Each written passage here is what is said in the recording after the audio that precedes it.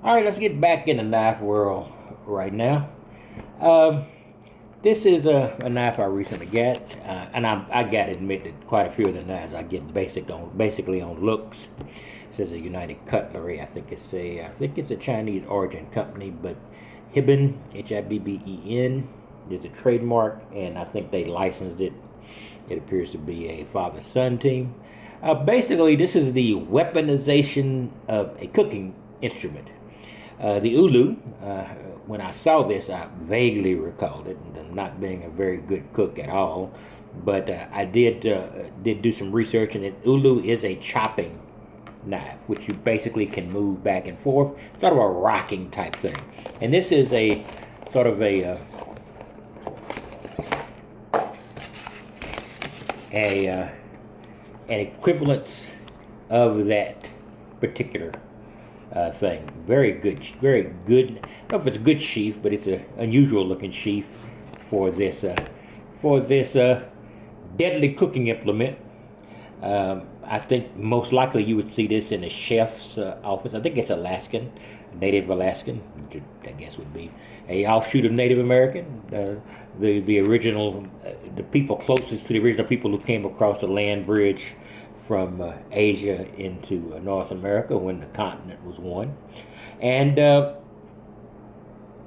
this is called a Hibben Custom, and it's their design. So they're taking credit for this based on the design, which I think is a it's fair. Much of a knife is design.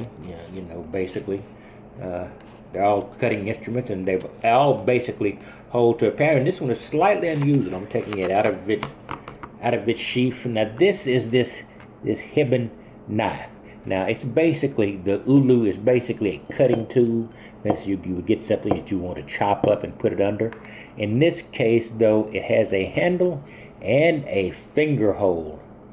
So this is a very frightening offensive implement if you choose to use it that way. But I don't think most of us ever will. But it's just nice. It's just nice to have it as a threat, I guess. But I really do like the look of this. Uh, it's and for a cheap, and I don't buy expensive knives. I don't have a bench made anywhere in my collection. I don't have many of the designer knives that the real aficionados would like, but I do like this one, and it can be used, offensively, of course, and it is a cutting implement. You still can use this to cut. It just won't be a delicate cutting instrument, but it is a cutting instrument. So this is the Ulu, and it's about $50, which is unusual for me. I don't buy many knives $50. Why? Because I'm cheap. I think the only knife I've ever bought that was multiple hundreds was my Swiss Army knife, and it usually accompanies me. I occasionally forget it somewhere, but I panic because I want to go find it once I do that, because that's my universal tool most of the time for standard connectors. But I just want to give you a quick look at this. This is the Ulu. It's a Hibben collaboration called a Legacy Ulu. So I guess it's referring to its Alaskan origins.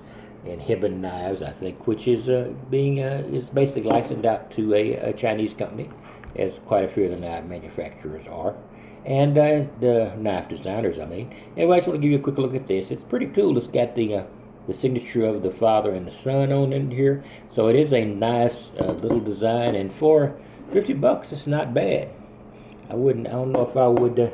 Know if I'd spend $200 or $300 on this, but $50 was not a big deal. But I'm not, like I said, I'm not a bench-made kind of guy. Anyway, I just want to give you a quick look at this, and I'll put it back in its sheath. An impressive little sheath there.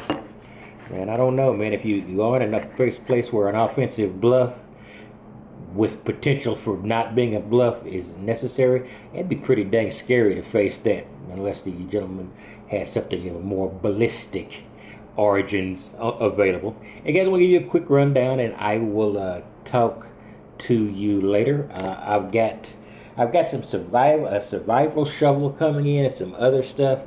I'm going to just stick the shovel in the back of my van. I don't particularly plan to be out in anywhere where I might need it, but I'm pretty soon I might be leaving the metropolitan area, and you never know what's going to be out there. Fortunately, there's not many forests in the North Dallas area, being in the bottom of the plains state. So hopefully I can find some, or go somewhere else where there are some, or just go out there among the tumbleweeds and the jackrabbits of West Texas and get on with my life. Anyway, I'll talk to you later. You have a wonderful day.